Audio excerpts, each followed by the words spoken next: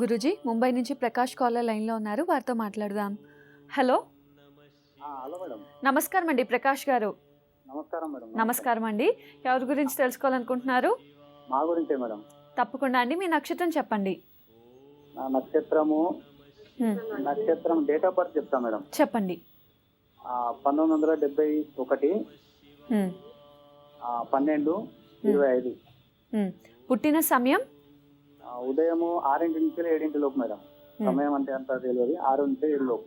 సరే అండి ప్రకాష్ గారు, కొంచెం గట్టిగా మాట్లాడండి గురూజీతో. నమస్కారం అండి. నమస్కారం అయ్య స్వామి. మా ఆశీస్సులు ఉంటుంది, చెప్పండి. మీ పాద పద్మములకు శతకోటి వందనం సార్. మా ఆశీస్సులు. శనివారం ఉదయం మీరు జన్మించింది?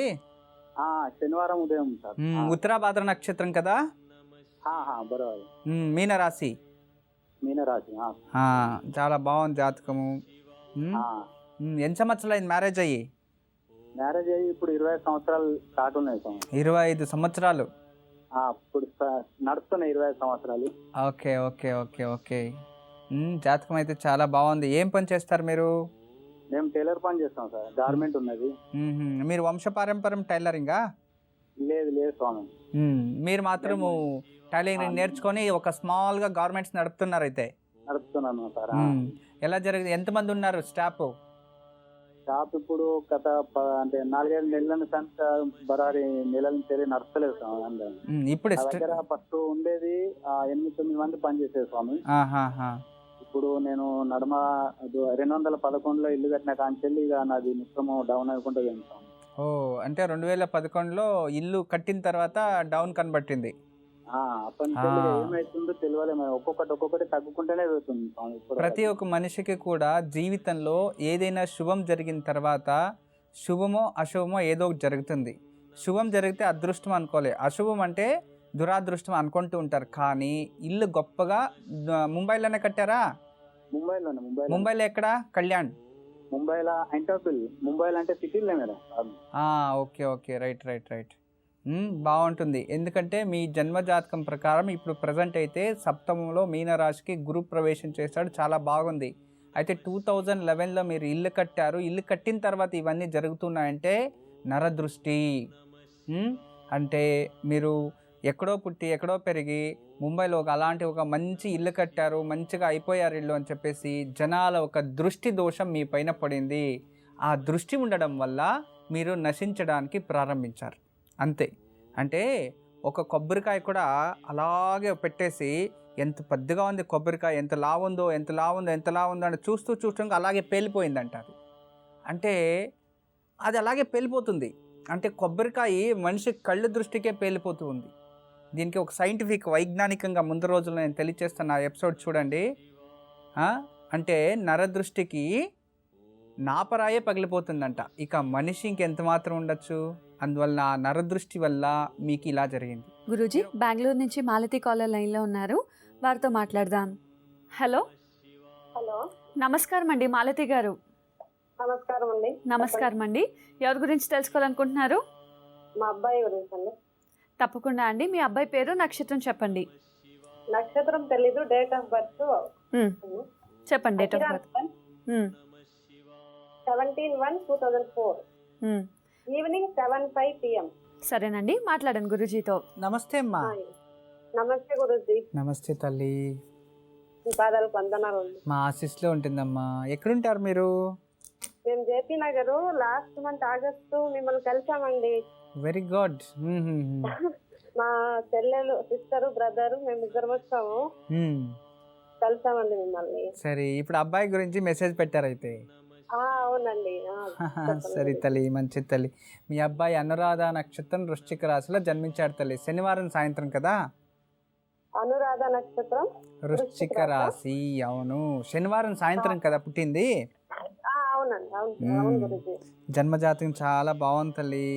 ఏం చదువుతున్నాడు అబ్బాయి ఇప్పుడు? ఇప్పుడు 8th స్టాండర్డ్ గురుజీ. ఏ స్కూలు? ఇక్కడ మీనాక్షి టెంపుల్ దగ్గర హోలీ స్పిరిట్ అని వస్తుందండి, అక్కడ. సరే తల్లి, జాతకం అయితే చాలా బాగుంది. కానీ ప్రజెంట్ అయితే గోచార ఫలంలో 7.5 జరుగుతుంది అబ్బాయికి. అంతకు మించితే మేజర్ ఇంకేం ప్రాబ్లం లేదు. కొంచెం మొండితనం ఎక్కువ, చిన్న వయసు నుంచి అంతే. చాలా నాలెడ్జ్ ఉంటుంది. చాలా ఆర్గ్యుమెంట్స్ చేస్తూ ఉంటాడా? అవును చేస్తారు Guruji.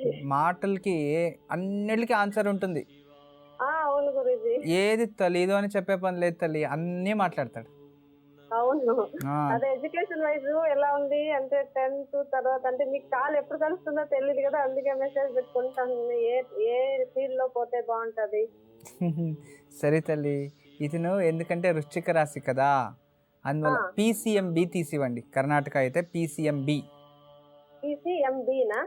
PCMB, biology. Yes. Physics, chemistry, biology, maths 3 వస్తాయి, 4 వస్తాయి. కర్ణాటకలో అయితే PCMB కాంబినేషన్ ఇది. అవును గురూజీ. దీనిపైన ఇంజనీరింగ్ వెళ్ళొచ్చు, డాక్టర్కి వెళ్ళొచ్చు. ఓకే గురూజీ.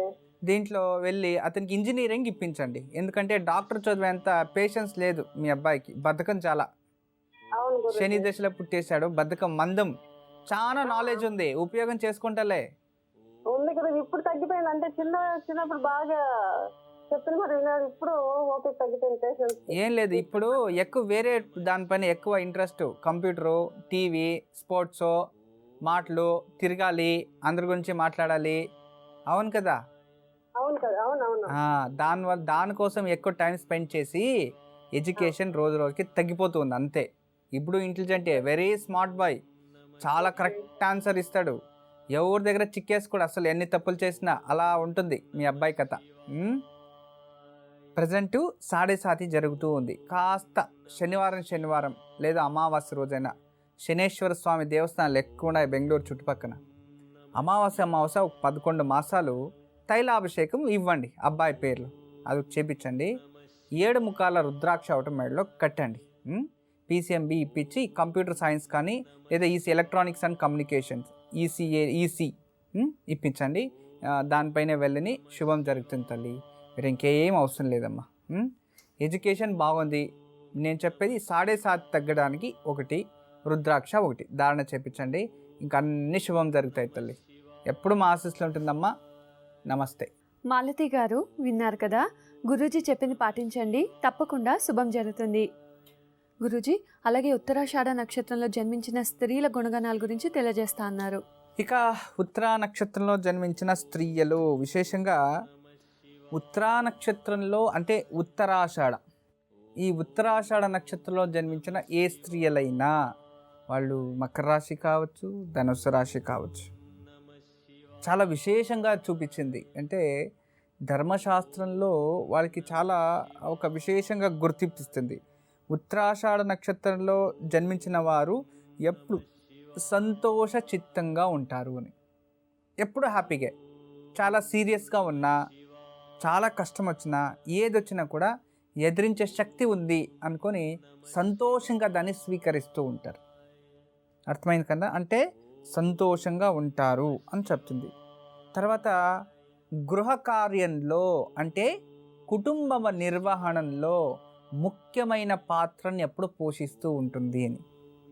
అది పెళ్లి చేసుకునే తరపునైనా సరే, అమ్మా నాన్న తరపునైనా సరే, ముఖ్యమైన పాత్రలో ఎప్పుడు గుర్తింపు వస్తూ ఉంటుంది. తర్వాత భర్తకి చాలా ప్రియమైన వారవుతారు, సుఖ సౌభాగ్యాలని అనుభవిస్తారు. చూడండి, చాలా విశేషంగా చెప్తూ ఉంటుంది. తర్వాత శ్రీమంతులు అంటే మంచి శ్రీమంతులు రోజు రోజుకి అభివృద్ధి పెరుగుతూనే ఉంటుంది. సమాజంలో మంచి గుర్తింపు, గణ్య వ్యక్తి, గణ్యలు అవుతూ ఉంటారు. తర్వాత అంతే శాంతంగా ప్రశాంతంగా ఉంటారు అని చెప్తూ ఉంటుంది. తర్వాత ఇవన్నీ కూడా సౌభాగ్యవతి అని కూడా చెప్తుంది. అంటే ఇక్కడ చూడండి ఎంత బాగా వర్ణించారంటే, శాంత చిత్త స్వభావము అంటే మనసు, చిత్తశుద్ధి అంటే మనసు, నోరు ఎలాగైనా ఉండొచ్చు, మైండ్ ఎలాగైనా ఉంటుంది, మనసు శాంతంగా ఉంటుంది. తర్వాత క్షమాగుణవంతురాలు, క్షమాగుణం అంటే క్షమాపణ అనేది వాళ్ళ దగ్గర ఉంటుంది.